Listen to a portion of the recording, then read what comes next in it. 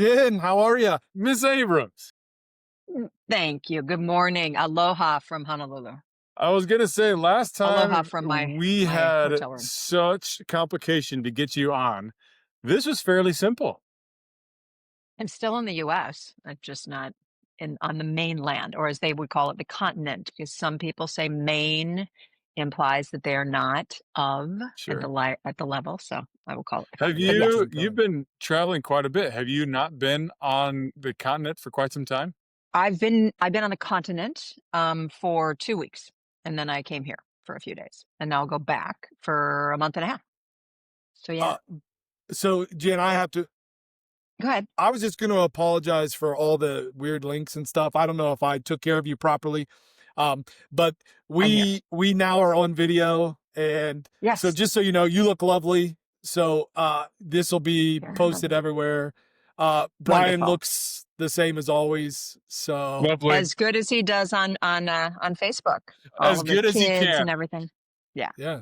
I just don't have all my lights because this is a hotel room and I can't, it's whatever it is. So Well, Casey's that's honestly, the all only you Brian one and get. that I would has be light. better served with less light. So Right.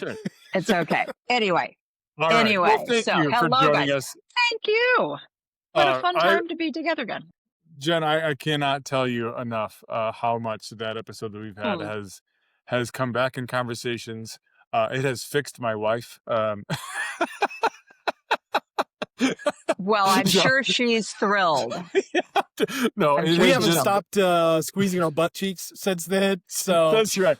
No, it has But that's become. true. it is. I love it. I've I'm- used that. Well, I I'm mean, I sure haven't it is used it, true. but- I have not used it because I just feel so awkward. But tell your daughters, if you have them, tell everybody that that's an important thing to do. I just used it Yeah. on Sunday. Yeah, we just do used it on tell. Sunday. I tell everyone, and I Yes, try you to do. set Good. Brian Good, up good. with that. So yeah, Very cool. So Okay. what we wanted to do today, just knowing not only do you just bring so much knowledge and wisdom and understanding to this content, we just actually really enjoy chatting with you. Lovely. And so Lovely. we have intentionally left this one a slightly more open ended. I have a couple things that I would like to kind of ask you specifically about. But I Okay. think what I want to ask you initially is you do so much traveling, you do so much speaking, you do international. You do people groups within the US. I gotta believe that over the last handful of months, ideas and beliefs that you've had and that you have been confident with, published on, spoken about, have in some ways shifted or been challenged or been Mm, manipulated. So, what is something in the yeah. last handful of months that you've said, "My gosh, this is a new and profound idea," or just a modification of something that I've already been doing? Mm, so, oh, so I was kind of in a space this past weekend, kind of realizing that what I do, this is one thing that I've been thinking about, that I do is think about sort of your inner being. Like how do I show up and how can I elevate that and how can I make sure that we're at a level that we need to be in order to kind of skill up or be the best profession, etc. And I know that at least in the US currently, we are looking at people not being fed, that people don't have affordable homes, that people can't get health care. And we're a little lower on Maslow in terms of needs. We're a little lower, you know what I mean, in terms of just pure being on the planet, getting things done kind of level. And so I was telling my friends, I'm like, how can I be of service given that my stuff is a little bit higher up in the needs? And going to a school where there are some challenges in terms of culture, a lot of that comes from maybe even more basic level fundamental stuff like are we making sure that our garbage is taken out every day, kind of a stuff. So it's sort of like what I'm discovering is not that I can't be of use, but maybe I need to modify at different moments to meet a need that is sort of more on the ground, if that makes sense. So Mhm. that's one thing. Another thing I'm noticing, this was super interesting, and it was only in two schools, just in in California that I worked with that I hadn't been asked about as much last time I was kind of moving around in the US is working more with neurodivergent educators. So I knew that I needed to modify for many learning needs of students, and now I'm working with people who have ADD or dyslexia or are neurodivergent. They might not say that they're on the spectrum. I don't know if that's the way to frame it at this point, but they would say they're neuroatypical. And then all of a sudden, my hard conversation stuff comes in, and they're like, we don't want to look at anybody. And we don't look at time the same way. And we have different ways of being in the world. And how are you going to respond to that? And I was like, completely, like, off guard. It isn't that I haven't been off guard, like, so how are you going to adjust this based on not just culture internationally, but culture in terms of race and diversity and ethnicity within the US. That was just, and I've had to think about that. Now then all of a sudden I go abroad and I have to think about, like, so how does this work in China? Then all of a sudden I came back and the question was, how does this work with people who consider themselves not neurotypical? So those are 2 things in the last couple months that are Do you have a coming up for me. solutions? Oh, yeah, immediately. The book is out, like Fisher and Fry. Like Fisher and Fry, the book's out in 2 months.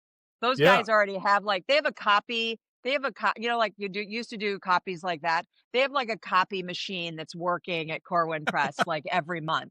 So, no, I'm not like them. I don't have that, but I'm starting to wonder at least about the neurotypical, neurodiverse piece, how to Can kind I of pause do you? I wanna an pause you input. there. Yeah. Um, Explain more of what you just said. Mm. Neurotypical versus neurodiverse. Yes. So if I'm so what I'm my movie, like what I'm thinking about is people that are on the spectrum. And I say that, and they may not say that. They would just say that they're neuroatypical. They would say that their communication might need to be not similar in terms of when I woke. So, for example, I said during a hard conversation, or in terms of professionalism, you might want to have believe that you need to look at your colleagues. And they're like, eye contact is very upsetting for me. It doesn't work for me. I don't look people in the eye. Now, there are many cultures that also don't do that, but that is just a physiological thing where that is a very awkward thing for people to do. They need to look someplace else. I talked to somebody who I said, think about the timing of your hard conversation. And she said, I have a hard time thinking about timing anyways. Like, I like executive functioning, like 5 minutes means nothing to me. 5 days, I don't pay attention to timing in the same way. And I don't know enough is my question. So I literally, that's just 2 examples. I Sure. literally said to the principal of that school, so of course you're talking to each other about how better to communicate with each other, right? Because you're here like every day, all 70 of you. And they're like, yeah, no.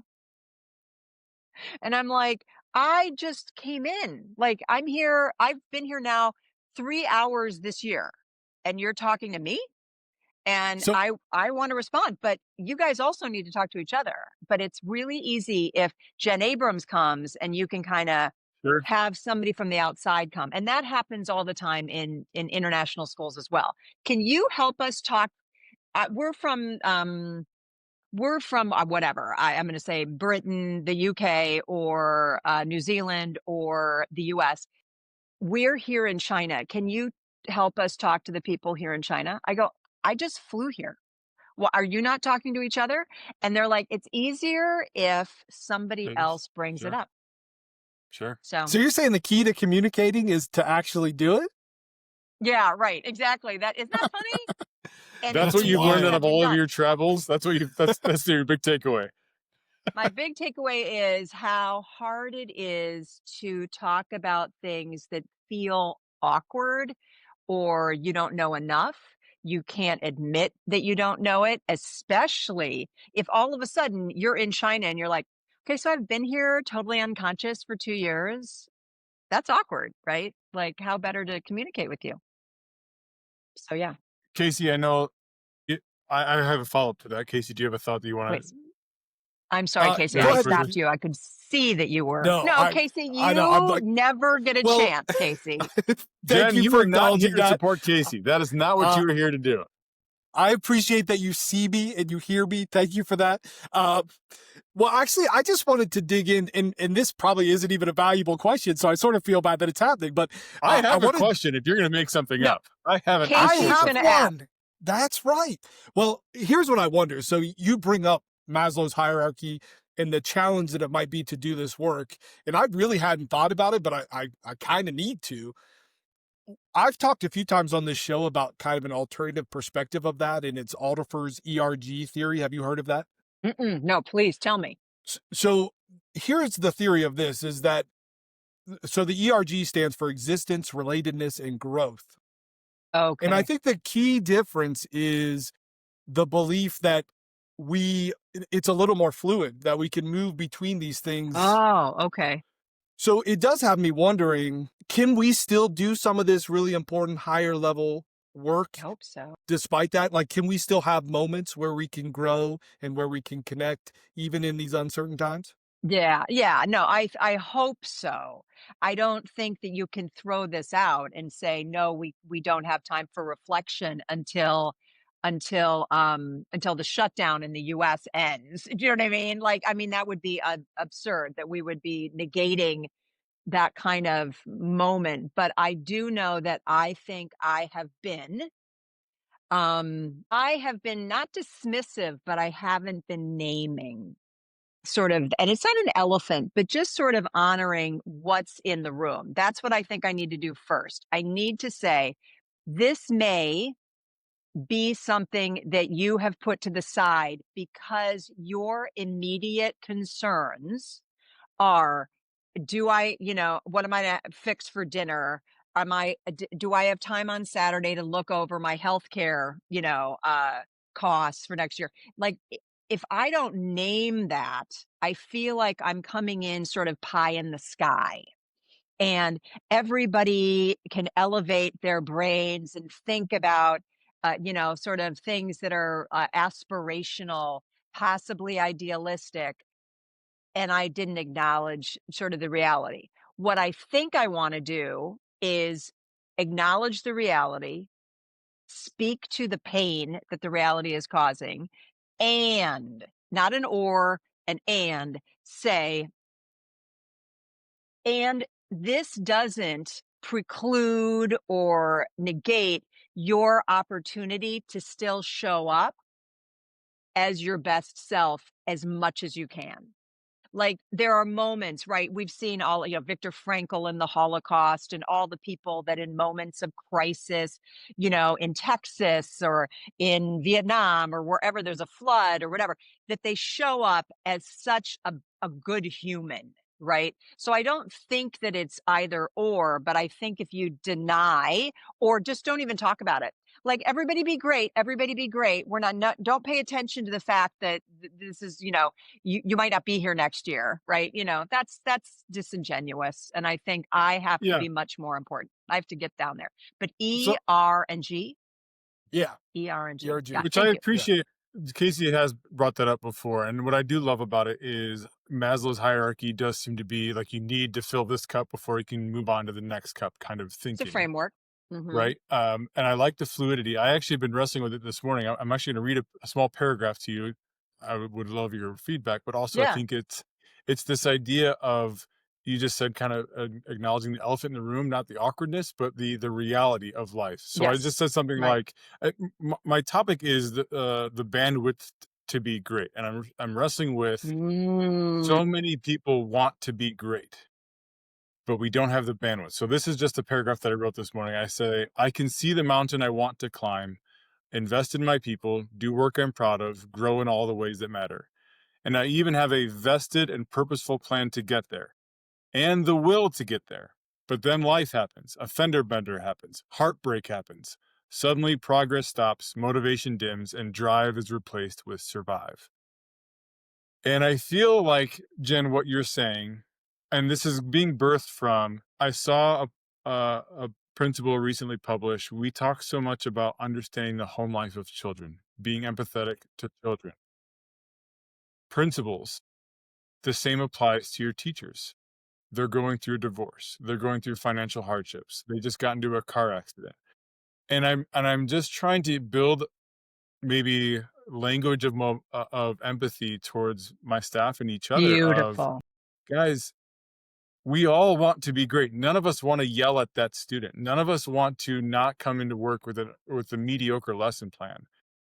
So give yourself some grace, but also give each other some grace in that, like, fender benders happen. We're in the ebb and flow. And so I wonder, Casey and Jen, my question to you is, we do ebb and flow, but when life becomes very difficult, is it safe to say we we spend less time in the upper thinking areas and then end up spending more time down in the survival areas? We're still doing Yeah. both. It's just where we're spending our time. Does that make Yeah. sense?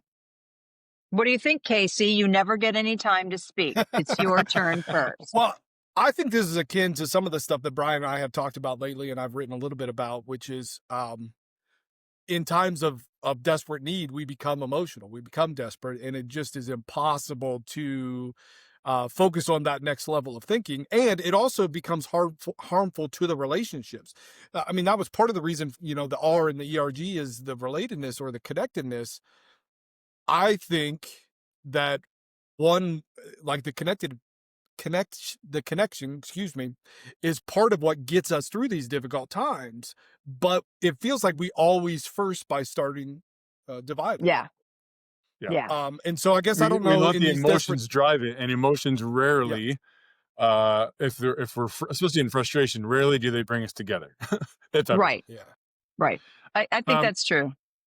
so Jen, I want to bring us back to a statement that you made. You were talking about on the ground needs. You were talking about people, they don't want to have these conversations because they don't know enough. They don't want to have hard conversations because they Yeah. don't know how to have them, or they even don't necessarily know how to talk about them. You referenced something in your book, stretching your learning edges. Yeah. You have a phrase that I Yes. like that I want you to speak more about. There it is. And that is, I gotta find it really quick. You talk about, um, oh shoot, where did it go really quick? Know your identity. Yeah. Yeah. I I love should that have said phrase. identities. Yeah. Yep. Okay, even I love that. It kind of complicates it a little bit more. Oh, yeah. Talk about that idea. Know when you walk into a situation, knowing your identities. What does that mean, and how Okay. can that help? So, okay. So tomorrow I'm going to work with teacher leaders from all of the islands in Hawaii. Okay. I am not a teacher leader anymore. I am not from Hawaii. I'm not from any of the islands in Hawaii. So that what I mean by that is you could be in rural Kauai and and you're flying over to Honolulu where we're going to be at a middle school and we're going to be in the multipurpose room and we're going to talk about a little bit about the stretching book, but mostly about rolling out initiatives. Okay. So, firstly, I have to understand that I do not understand their school, right? I mean, my identity is a white woman from the continent in Palo Alto, California, single, no children, live, my background from Minnesota, my socioeconomics, my my education. I mean, like all of these parts of me will impact why I write, how I write. And then here comes, I'm making this up, Marie, and Marie is from some part of Kauai, and she's working at an elementary school where all the admin are new, where she's lived on that island for forever. That kind of like, what can I not presume? How can I know that I'm coming in with blind spots, with work styles, with limitations of how I see the world, and she's working in a completely different way with a different upbringing. And so that doesn't mean that we can't communicate. It doesn't mean that I can't bring scaffolds to the discussion. It doesn't mean that I'm wrong. It doesn't mean that she's not right. I mean, it's all of those things. So for me, I just need to just be aware of like and what's and I actually think about this kind of in a funny way. What's the most kind of important part of the identity that she's bringing to this day, and how might I at least know that? So she's a go-getter. She's a teacher leader. I don't even know who this is. It's not a real person. She wants to do what's right. She might worry that she's failing. She could be angry that she's only a teacher leader. She could be doing this because she wants to uh, not just prove herself, but forward her family's, you know, get an administrative job so she could pay the bills. I mean, we don't know any of that kind of stuff, right?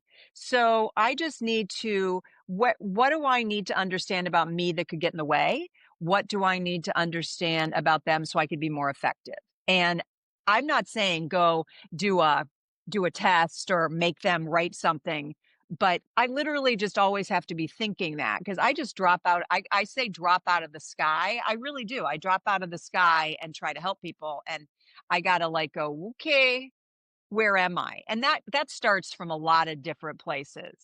I mean, I pick up a lot of things from different pieces of data. I'm Casey's signaling, doing as you it. know. He's doing his thinking So, fingers. so I can't, Brian, maybe you'll remember, but we had a guest when we were talking about trying to understand other people's culture and we were looking for Hmm. some good questions to ask. But his suggestion, like a great question would be, tell us about Thanksgiving. Who's there? What food are you eating? And now you're starting to know a person. So my question for Okay. you is, how do you start a conversation in one of your Mm. presentations or workshops? What are the questions you need to ask to get the information you need? I don't know if I ask as much as I say I acknowledge at the very beginning of where I'm coming from. And I say, and every single time that I am missing the mark or I need to know something, Ginger, or Ruby. like I'll put out a scaffold or I'll put out a format, tell me what doesn't immediately make sense to you, or what do I need to add? So, for example, in the hard conversations workshop, I put out a set of questions you should ask yourself before you speak up. Immediately, an African American woman raised her hand last week, the week before, I forget, and said, "I'm looking at this specific question and it really triggers me." And we all learned because she was the only person who identified as Black in the room. And she said, "This feels like it doesn't work for me and I'd like to change it by one word." I said, by all means, and then send me that new sentence. And then somebody else raised their hand and said, "You're missing something here." And I said, great. And then I just start adding. So I literally will ask, what am I missing? What do I not understand about people's challenges? And that's where I kind of come in.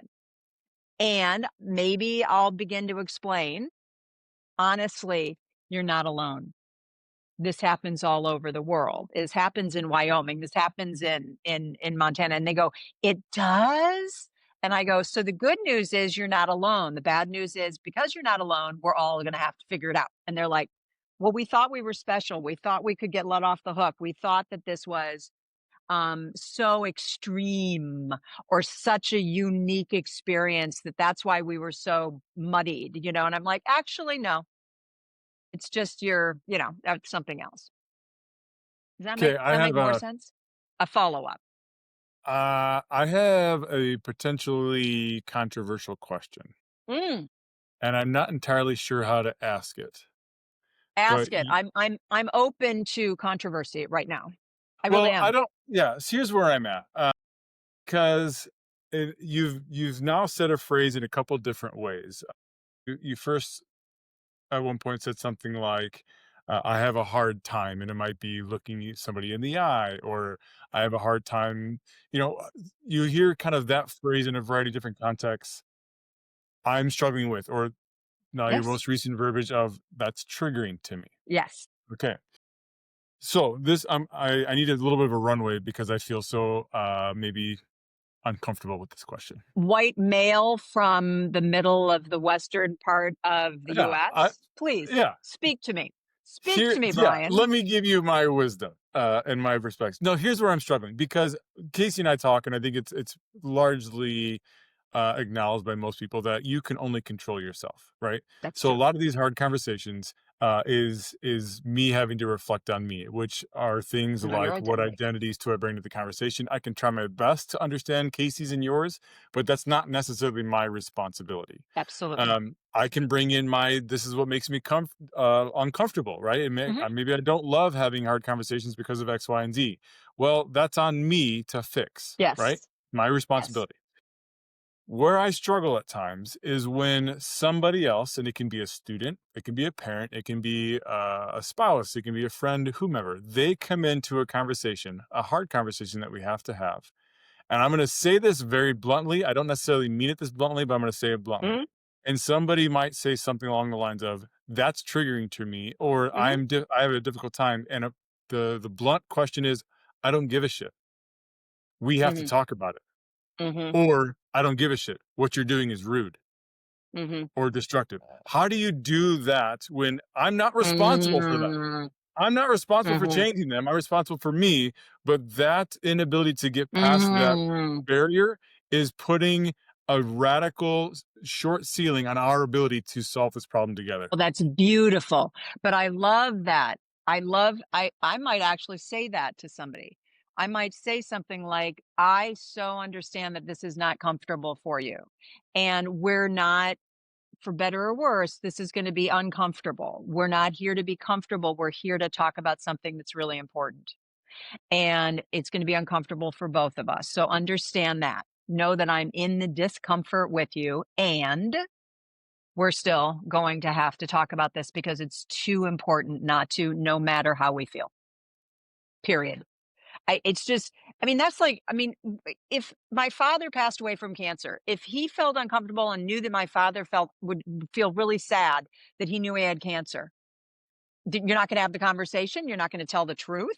Like, it's like, yeah, this is an uncomfortable moment. And for better or worse, comfort at this moment isn't what we're trying to get. That's not We're our really, objective right that's, now. it's not our objective.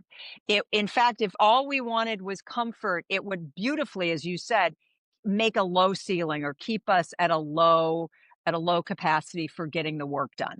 And to that end, we're both going to be uncomfortable and we're going to speak about it. And if we keep that low ceiling, we will maintain discomfort because we're not going to be able to solve this problem. Correct, correct. I think that's beautiful. What I also thought was really amazing, and I'll be saying it tomorrow, and I'll say it on Saturday because I'm working in the state of Hawaii, where collectivism and the concept of ohana, the concept of family, the concept of aloha, and just sort of gathering and feeling good and really enjoy, being together and sort of loving the community. Very, very important stuff. Okay, totally, because that's just the way this is. I worked in, I worked in a small town. I don't know if I shared this story before. A small town in New Zealand, and it was a Maori culture small town. I mean, so small that there might have been one stoplight. All of the women had tattoos on their faces. I mean, it was a beautiful culture, Maori culture, which is the indigenous culture of New Zealand. So, principal comes up to me and she said, "When I have hard conversations, the ancestors are in the room and I have to have them no matter what. I just do it because they're watching me and because this is the thing that needs to be talked about, because those whom are on this earthly plane right now need to do something for those that are here, and we're going to have to just do it with a care, because I want them to be proud of me, but I'm not going to do it." And so I'll say that tomorrow and I'll say that on Saturday. And I bet that will actually stop them from saying sort of the stuff that you're mentioning, which is, "This doesn't feel right." That's Okay, I right. have one more Try to follow up, signal. Casey, Okay, follow up. and then I want you to go.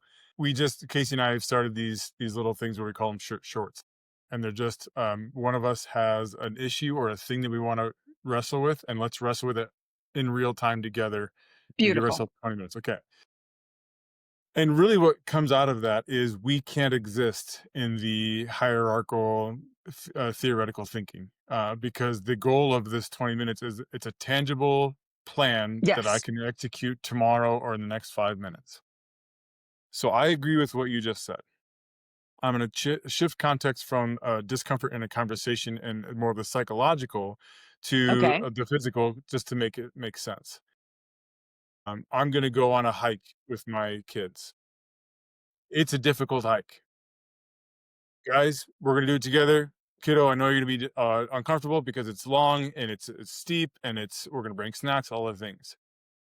You would see and accuse me, and rightfully so, of being foolish if I asked them to perform hikes that are too difficult, that are dangerous.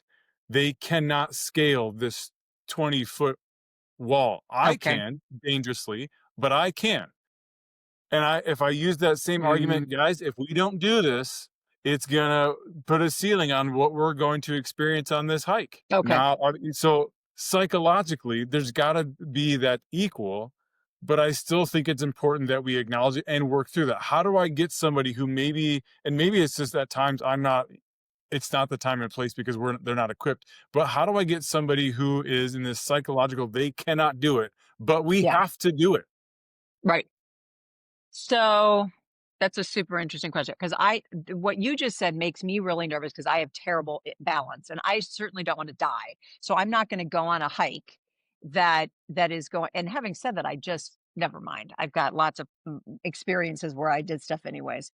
Um, if we really think that it is going to be physically unsafe and somebody is going to be harmed by whatever it is up to a point that they'll break a leg, no, we're not going to do it, whatever the hard conversation is. If it is about something, can we do half of what you're saying? Like if the person doesn't feel like it's the right space for them, I would set up, I would start, I would say, let's see if we can do, how like they do, I don't know, 5 push-ups or something like that. And most people can only do 7. We're gonna do 7 push-ups today. We're gonna start. We're going to start anyways, right? We got to start with wherever we're at. And then even my personal trainer will say, this is not going to be fun, but I'm not going to steal your gains. And what he meant by that was, I'm just going to keep pushing you up to the point because you're going to get something from this. And then I would stop and he'd say, see, that was more than you said you could even do, right? So I think that maybe even by saying to the person, I can't do it, this is too uncomfortable. They are stealing from themselves in a way. We're going to start, we got to start this now, and then we're going to make a plan for when it ends if you can't continue. Yeah. But we got to do this, right? And so I almost feel like saying that to them. This is just my last thing, and I'm Casey. It would be Yes. so your trainer would say, you're maxing out at 7, and he would say, the goal is 25, but give me 2 more. Let's get to 9. We Yeah. can have that same conversation psychologically of, Right. guys, I know it's Right. uncomfortable. Give Right. me 2 more questions, and then we'll move on. Right. That's it. Or your kids, this is too hard, dad. This is too hard. You know what? If they really, after saying this a number of times and people are breaking down and you are starting to physiologically notice that they can't do it, you got farther than you could have anyways, right?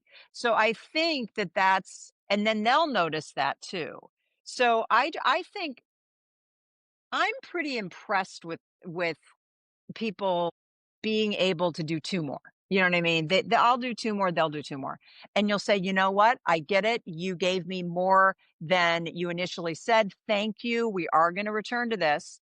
And you know that we've been sitting in the discomfort. You know I've been with you. We're gonna do it one more time. I love Then we're that. gonna do it on Friday." Right? So that at least you show that you heard them and. Casey? Yeah. Yeah, so Brian actually set me up nicely. So the most recent shorts we recorded this morning, but it's not going to come out until after this release. But it was my turn to ask for a little help and a little guidance, Beautiful. and it was really what we were focusing on. We've talked a lot about behavior, but we have a group of students that kind of fall outside the norm. And so I was asking him to think out loud with me about some ways to respond to those difficult behaviors. But my role is as a coach. Like, I'm not actually going to get to go into the classroom and do the work. What I have to do is coach someone else up to. So Brian talks about physical safety, but sometimes these difficult conversations feel mentally unsafe. A phrase I like to use is unsolicited advice always comes off as criticism, right? And so if you could walk me through some very specific strategies of how to engage someone as an equal, not a superior, I'm not evaluating. I want to engage them as an equal. I know where I come from in my experiences. They're not going to be the same as theirs. Also, I know we're in a different space emotionally. Like, I'm not going through it every day.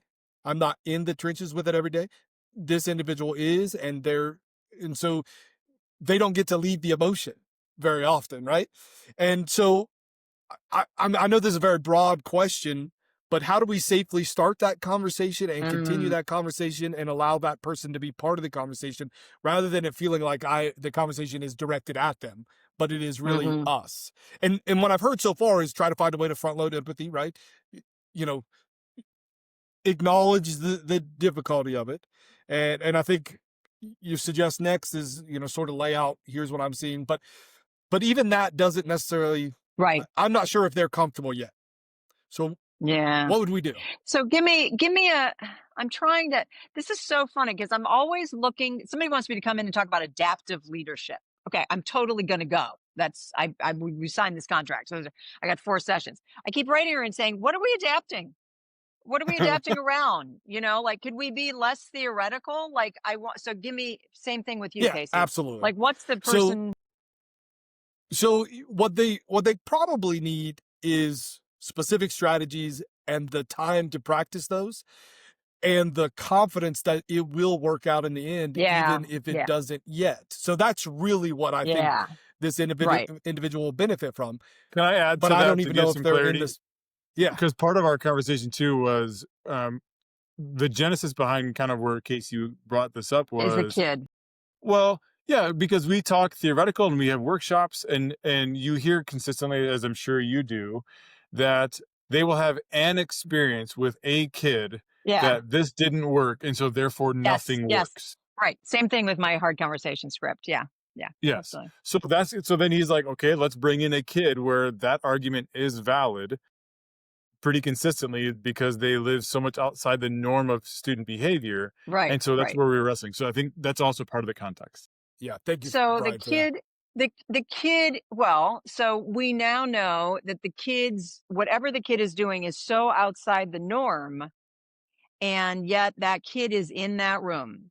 And so we both have to, there's a part of me that almost wants to sit on the same side of the table with that person and put something out in front of us and say, we've got said kid. Kid is not, I don't know, John, making up kid's name, and simply say, and I know that I look like your administrator because you are, right?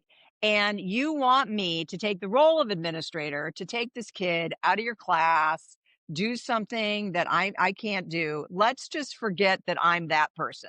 Because the answer is that's not something we can do. I can sit next to you and we can work together. I'm your cheerleader, your thought partner, your helper. We got to actually figure this out. I will tell you that you're right. That kid what he's doing is outside the norms. What have you tried? What can we talk about? Who else can we bring in to support you? I am here to help you, but we can't get this kid out. It's not, and I've worked with the director of special ed recently who was trying to explain that to this teacher. Like the law says in the state of California, and I can't imagine that federal law isn't the same where your states are, that we have to have least restrictive environment for all of the kids so that they get their education. To that end, things aren't changing right now. Okay. So I'm with you, but let's figure it out. And almost so front load the empathy with boundaries and then say, what What do you need? What can how can I help? This is, I'm here and this is the law. And so what can we do? The kid, by the way, is still in the class. Kid is doing better. It's taken several months. But we got to let the kid get in school too. It's only been 12 weeks for him too, right? I don't know. It's sort of like helping people with not the rules of the road, just the honestness of this isn't changing this year. I This think is Let what me I love ask just, you. about this is the learning. Go ahead. I'm I going to want to get ask some a follow up.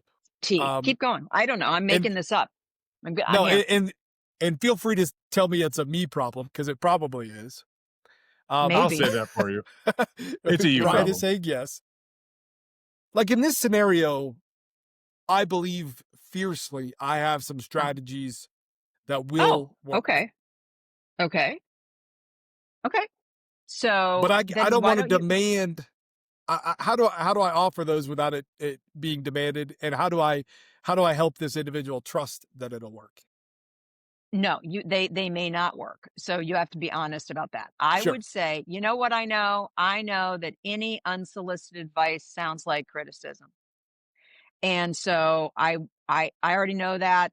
I'm going to offer you some advice. I'm going to tell you you don't have to take it. I'm going to tell you that if you take it, you can come back and tell me that it didn't work after the second time you tried it or the third time, but you don't get to tell me the first time. But I want to test these. Just work with me, test these out. Give it a go. Let's see, I'll buy you a latte. You know what I mean? Like that kind of Even if thing. it means you modify it. It's not this or that. Maybe you come back and you can help me improve it. Right. Well, And actually tell me, I already tried it, and I don't know if they have tried it, but I would just name it. and I appreciate that. And one thing you did affirm too was I offered it up as, hey, let's just run some experiments together. Hmm. Let's just do this. Let's just do this together. And I think that was a pretty good access point too. Good. So I think so. I love because Casey has said quite a bit that one of his biggest strategies and encouragements to people is to front load with empathy. I love your addendum there of with boundaries. Hmm. Um, I actually really appreciate that because empathy in and of itself can at times feel like we're just churning water, right? Like, where are we going? But with boundaries, it kind of sets us up for, but we can't do this. So therefore, what can we do? Right. Right? Right. I think that's a super honest statement that I at least learned a lot from, the federal law says, so here she is, she's saying to these people, this is the deal. It stinks. This kid has a lot of challenges. And it happens to be that here we are in kindergarten, first year for this kid. We can't not have him be in class. The law says, and we know this, we want kids to have the first best teaching. We want kids to have an unlimited or whatever, a space to learn. We can then maybe bring some stuff and supports in, and that's fine. But this is the boundary. The boundary is kids in class, and we're just going to have to hold off on that. And so I So what think can that's we sort of do to fair. ensure the kid Right, stays, that you stay right. safe and That's right. That's right? exactly what she said, and we ultimately got some aides, we got some whatever, but it was just and then everybody went kicking and screaming for a few months because this It isn't fair, also blah, blah, but it's about does it take the pressure off then too? It takes the pressure yeah, off both people. right. It's not Casey putting the boundaries. It's the Mhm. not. law, It's the law. the law. Yeah. Yeah, we're all within a system that for all of us theoretically we actually buy into that children get a right to an education. Whether you make a face or not, Brian. They I get a agree right with that. to an Thank you for education. calling him on that. I agree with that. There's a lot of theoretical systems that Right. I live in that I No, don't I necessarily. know. But for that particular piece, we all want kids to have the best environment in which to have an education. Oh, duh, now you're just making a face on me. There's also a lot of other stuff that maybe you want to tell the truth and just say, you're absolutely right. This is, a Yeah. law that we both can fight within. Having said that, we're both bound. And Yeah. to that end, what can we do? Yeah. And No, I like It's nice so to have so Jennifer that here feels very honest. it's nice to have Make it Jennifer here to have difficult conversations with Brian about the faces he makes. It's nice. faces too. No, Bob Garmston used to say that to me all the time. Watch your face. Don't play poker. Don't play poker. Yeah. It's the Give it only away. one I got. It's unfortunate. What else? Bring it well, on. We have a few more minutes. I think so. Let me try and give maybe another just very intimate or real example. Okay. Because I struggle a lot with this. If you, like yourself, Miss Abrams, you this is your world, right? So you exist in it. You eat it. You have conversations with about people, and you work people. So it becomes such a natural part of who you are. In the same way that I'm sure Michael Jordan can't really understand why somebody can't do a dunk, right? Like it's just so natural. Um, I don't think that I'm of that quality, but there are things because Casey and I are intentional about having conversations and about doing what's best for kids and intervening and to help kids learn. Because I do believe all kids have the right to learn, Jen Abrams. That doesn't mean that you come around people who I think have good intentions. They have good desires. They have a longing to be great. To go back to what I was trying to write about, but circumstances, life, or even just as a white man can't jump limitations, we can't always achieve that greatness, and sometimes it's very difficult when we're trying to push somebody that their natural defense is defensiveness. Their natural defense is defensiveness that comes across as accusations, right? Accusations towards others, accusations towards the system, accusations towards me in general. And I'm just finding it more and more difficult at times, Yeah. I'll be transparent, to have empathy. Yeah. I do struggle with the empathy part. A part of me just wants to say, stop. Stop being defensive. Stop being argumentative. Just, I'm here to help you. Listen to me, please. And I know that that's a pretty ugly way to describe it, but that's at times that's where I'm at. Like, just stop making this so difficult. Right. That's it. That's it. Right. Right. But I wonder if you actually vulnerably, I mean, have you said that to them? Have you said, No, you I'm know gonna what? have you come in and have conversations with my Oh, okay. staff. It's a lot I easier. would, and I will come up to your states anytime and do that. I've told you that before. I honestly I'm going to think, well, pause you really first quick off, there's, because I think that's a good question. And I'm going to pause you again, just in transparency. I I am learning, sadly, to be less and less transparent because it bites me in the ass. oh, okay. See, that's a whole thing that we could take in a whole other hour trying to figure out what you're talking about. Um, and how it bites Casey's and a all of bully. that That's what kind I'm of trying to stuff. say. Casey's just mean. Yeah, it's all my fault. But I think that I don't know what that is. But I also think, and this is what I meant by transparent. If I said to somebody, I want you to know that we are on the same team. We are both wanting what's right for kids. We have come from two very different places. And the way you're talking to me right now, which sounds to me argumentative, it sounds to me like defensive, is getting in the way of us being able to get something done. Now, here's what has to get done. You know what I mean? Like, here are the things. So we need to talk about it in a way that both of us can actually do that. Is that doable? Right? You know what I mean? And see if you could say argumentative and defensive. You're not saying they're incorrect. You're not saying that they don't have validity underneath. You don't that they didn't have history that said that this is that brought them to this kind of an attitude. You're not denying that these people haven't experienced some really positive things with administrators. All of that kind of stuff could be true. In this moment, this isn't getting us anywhere, right? That's the thing. I had a woman, this is so wonderful. Last week, And I'm going to be 59. So I think maybe because I just lost not my spouse, he was my boyfriend, to cancer a year ago. So I'm a little bit more like life is too short. We got to speak up. I'm also 58 right now. All of this is all dyed. I have gray hair underneath this. Okay. I am not kidding anymore. It's like, bring it on is sort of what my life is like. And a woman raised her hand in the middle of one of my workshops last week and goes, "You know what? I'm 58 years old." I go, "Me too, honey." And she said, "And you know what? I'm not going to change. I'm just not. Whatever you're talking about, no, not happening." What a And confident I woman to say that in a workshop. My right gosh. at her school with Wow. her principal there, her vice principals, and me coming in to do this thing about, and I said to her, I said, and somebody screaming, "And we love you who you are." I mean, it was a wild middle school, let's just put it Wow. that way. So I looked at her and I said, "You know what? I'm 58 too. And I understand what you're saying. And the next slide is going to bug you because I'm going to push up against everything that you just said." And I did.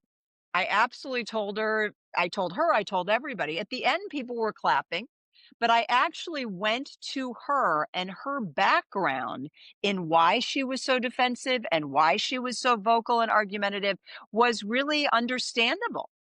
It was, I've done, and by the end, I was in a conference room. I had to do a Zoom after the session. And so they had to offer me a conference room. I've got my little earbud pods in or whatever. And she knocks on the window of the conference room to say goodbye. Hmm. And I'm like, and she will be my like bullshit tester, for the Yeah, whole rest of the time sure. because she's just, but it's like, I go, you can't be you can't just you can't just let people be that way. It's like you don't get to do that. So I I believe know. you in theory. I think I have my own mistrusts in practice, not because I don't believe in it, but because that breaks down if above, right? We're all kind of Yes. subject to the Okay. above. If the above Yes. doesn't support that, then Yes. it breaks down. Does that make sense? I And I'm agree. being I vague. know. Oh, if you aren't backed up by the folks at the district office, that is darn difficult. So that's an interesting question that you could, I'm just really curious. I've done that. I've been like, so tell me more about why you tenured this person. Like I'm always going to the top. I'm going, what was Are you going talking about on with me? Are that? you questioning them why they tenured me? No, no, no, no, no, no. I would go up to, and I'll say, I talk sent to her that me, message. I'm like, hey, HR. No, no, but I'll go to assistant superintendents. I will go to HRs and I will just say, I can you tell you know, what I think the answer probably is if they don't say it out loud because it's easier. because it's easier. And I'd love for that to be. I just and I'll just say, help me understand. I got to champion what is going on here. And then that's a question then for you, Brian, of do you want to be in a district in which I that trust you're my not district. I supported? mean, I say Yeah. I'm being a little bit evasive. I trust my district. Yes. I trust my bosses. Right. And I don't know the identities they bring into these That's discussions right. in terms of their bosses, right? Like so, Yes. but Yeah. my district directly now, or my districts in past, um, trying to, or just even not even in education, but just in life in general, um, oftentimes being transparent for the purpose of empathy, for the purpose of building Mhm. relationships so that we can work through this, Gets in it can yeah. bite you in the ass. That's where I say that the boundaries are, what Yes. you can and what you cannot do, I think is fair. But I know that people have had divorces, car accidents, financial challenges, people die, people have cancer, and I still don't get to be a jerk. We understand why you're justifiably not your best self all the time. Just sorry, can you come back? I'll come back out in a minute. Sorry. Anyway, they want to so clean my room. Gosh, so I have 2 things if you have time. One is, to address Brian, and the other is just one more question. So, when Brian talked about getting bit in the ass, I think, and Brian, you can correct me, I think that's because you are vulnerable and share emotion. So, Jennifer, when we get back together next time and we have another conversation, that might make that list because I really do think because he's open and honest and shares his emotions, that gets used against him sometimes. Is that Mhm. fair, Brian? Is that Sure, part of it? sure. So When I here's say my you're a bunch of question. pile of shits over there, stop complaining. Yeah, they don't like that. I'm sharing my emotion. Swearing might be one thing, but are you sharing your anger? Are you crying? Are you No, telling the I know, truth? Ca You know, Casey is I think that is a discussion for, another time. episode 3, Good. because I've referenced it in multiple contexts of we're emotional beings, and it Yes. seems as though people are allowed to be emotional except for the boss in the room. So, Ah, that's a Casey, whole go ahead. other issue. Yes. Well, and actually this ties in nicely, and maybe this will stretch your learning boundaries a smidge because it's not about the conversation itself, but about making sure you're having the right conversation. So if you're a building leader, you're a district leader, or whatever your role might be, what do you do to make sure that you're having the right conversations? That's an interesting. I want to push you and say, give me an example. I mean, I think that to me, I always want to make sure that I've got. So let me give you an example for my nephew. So my nephew sent me his essays in 10th grade, moved to a new school, and he wants some feedback on his essay. What he forgot to give me was the rubric. And It's a he goes, problem. but I sent, the assignment. Yeah, the assignment was not a rubric. And he goes, "Oh, yeah, yeah, that's a different sheet." He has to send it. So I think he probably did. I think I just got a text about it. But what I was looking for is what's the conversation about? Like, what am I giving feedback on? What am I striving to do? What and he's like, "Well, I loved this." He goes, "Well, I got a 2.3 and I'm looking for to get a 3.3 or a 4, as if this is of use to me." Right? And I said, "That's super great, buddy. I still don't know what that means." Right? So what I'm saying for you is I did want to have the right conversation. Like, what are we striving to do? What's the evaluation tool? What's the strategic plan? Yeah. Was I don't know. And then what are we talking about more often than not talking about? And does that have anything to do with that? And I want adaptive leadership 4 sessions. About what? What are you adapting? What are you adapting to? Are you gonna actually admit that you had to change the curriculum? Yeah. Don't bring me in unless Yeah. you have a goal. I really appreciate this, and I know we gotta wrap up here because, principals can often be accused at times by and teachers as well, Yes. from students of they're picking on me, right? And it might be Huh? because you've had a conversation with them 3, 4, 5 times in a short amount of time. They're picking on me. Yes. And Yeah. I think in many ways, I've never thought of having hard conversations. And Casey, that's a great question of having hard conversations with the rubric in mind. Like if I have my goals, my objectives of the year, if it is to build culture and part of that building culture is to have hard conversations, then you can tell people, I'm not picking on you. This is actually part of our curriculum. This is part of our rubric for the year. And so I'm doing what we said we planned on doing this year. That it maybe doesn't take away the full sting, but it does give a little bit of For rationale you? to Yeah. I'm not just coming to you because I don't like you.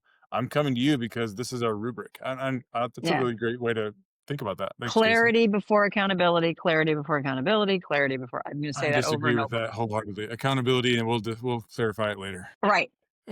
But don't you but right? I mean, isn't that what happens? I mean, that's Yes, the part where you're just like, and I can't believe you're that's making me spell this out. I'm that's like, where yeah, I'm gonna people make you feel spell it like they're out. getting picked on because they're That's getting right. held accountable. But for what purpose? Why are we doing that? Why are you talking to me so many times? That's And helpful. That's good. that's where we're done. So I can go get my place cleaned up here before my next Yes. Zoom. Real quick, Casey, give me a takeaway.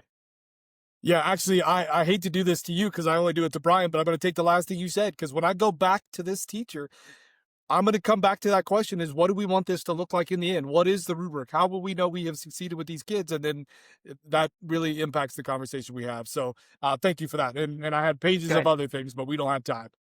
Thank you, my friend. Good. Um, I really appreciated the front load empathy with boundaries. That to me makes a lot of sense as well. It just, Thank you.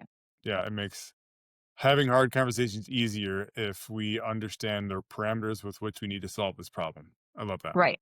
And that's fair for the other person as well, because they might want you to try to do something that you can't do as an administrator. It is not going to happen. Having Yeah, said that, now what? yeah, I love Yeah, that. it's awesome. Well, Ms. Abrams, thank you yet again for joining us. We Ah, look thank you, forward my to next friends. time. Um, so I think we already have a topic for next conversation. Yeah. All right. We'll see. I We'll look get you on the forward schedule. to it. All Thank right. Take you. care, Enjoy. Jennifer. Good Happy luck to you. holidays and everybody. Take care. You Bye. too. Thank you. Bye. Bye. Oh, gotcha.